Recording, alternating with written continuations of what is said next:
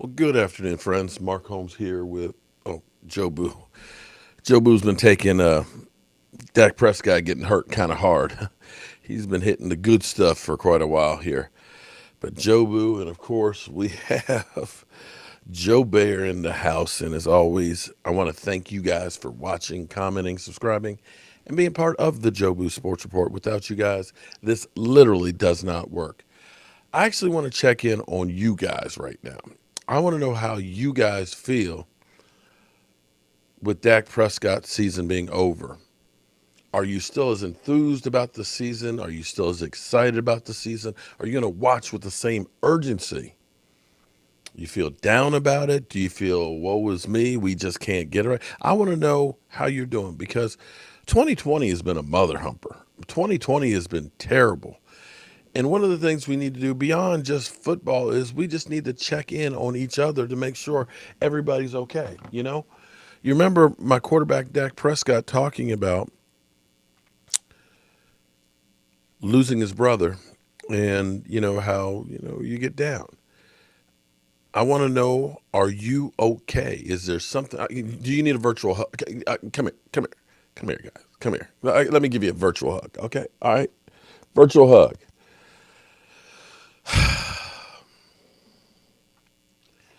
So without Dak Prescott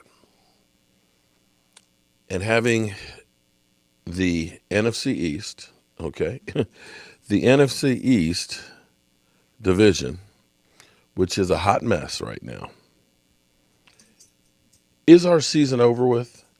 Do you have faith in Andy Dalton? I'm trying not to use this stuff, but it fit perfect, okay? It actually fit perfect because on Undisputed, I was sitting down here after I got back from running some errands and doing some stuff. And I'm sitting down here looking at stuff, and this came up. And Orlando Scandrick was talking about whether or not the Dallas Cowboys have a chance with Andy Dalton. Andy Dalton, I think, is above average backup quarterback. I don't think he can do the things that Dak Prescott can do, but I think the Dallas Cowboys' problem wasn't production from the quarterback, and that Dak was having a season that was above and beyond what you expect to have a quarterback. So I think we'll be getting back to normal production or maybe even above average production with the receivers we have. But our problems go so much deeper than just the quarterback. But I want to play this clip here and see what you guys think. Far can Andy Dalton take the Cowboys this season?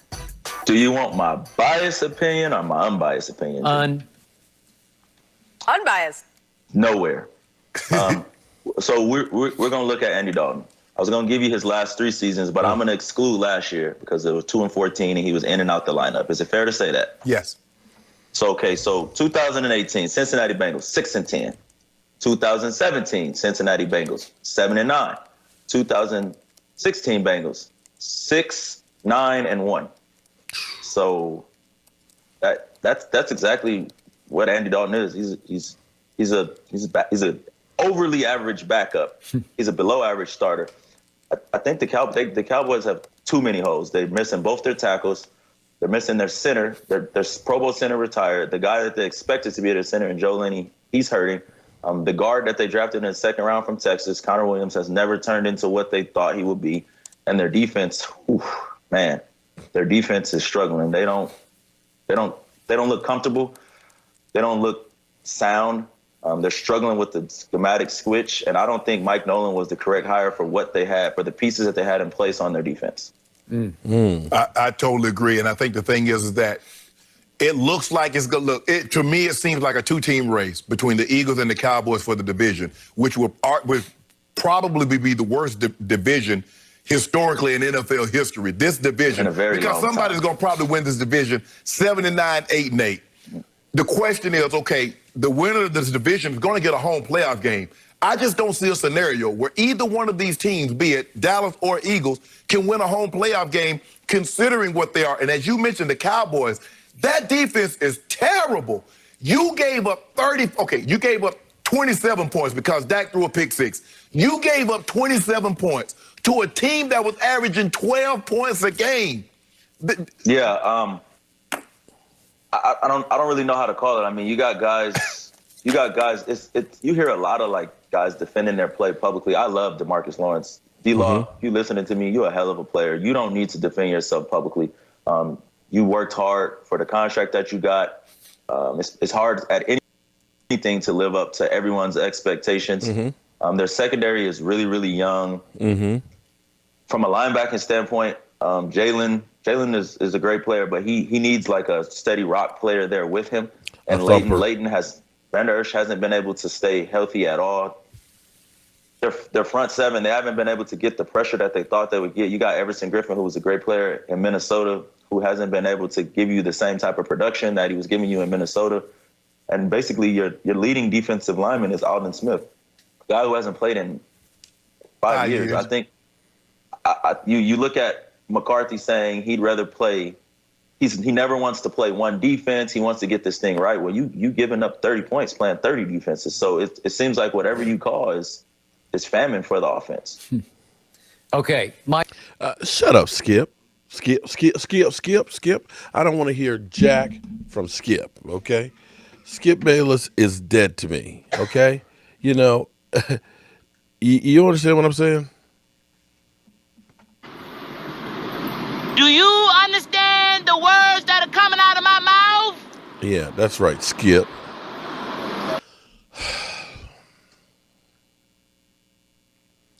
The reality is on the Cowboys. Now, things can change. The Dallas Cowboys have been left for dead before. We were 3-5. People said, blow it up. You're done. You got no chance. We've been in a situation where we've lost our starting quarterback and ended up 13-3. I am the consummate optimist.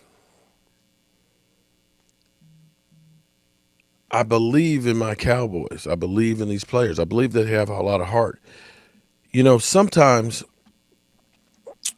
tragedy or adversity can sometimes bring out a whole nother level of commitment.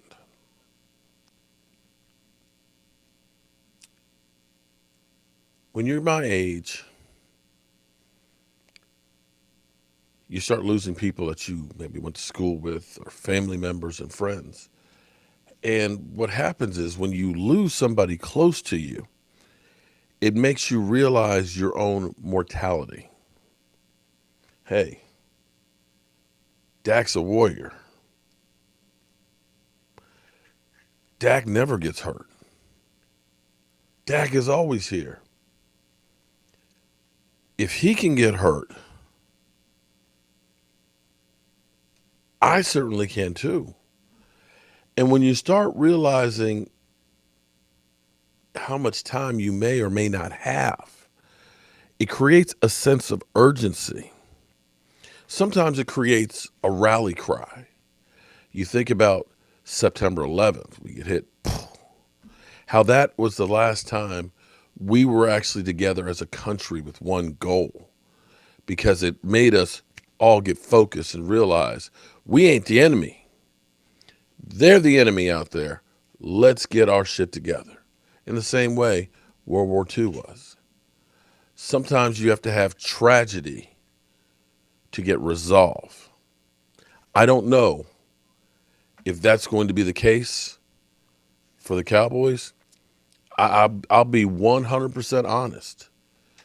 The way the Cowboys game was going, we'd not gotten a few calls and a few breaks in here, we probably wouldn't have won that game. But what you saw, emotion, like we haven't really seen all season after Dak got hurt. Seeing Zeke Elliott running in the end zone and, putting up the 4.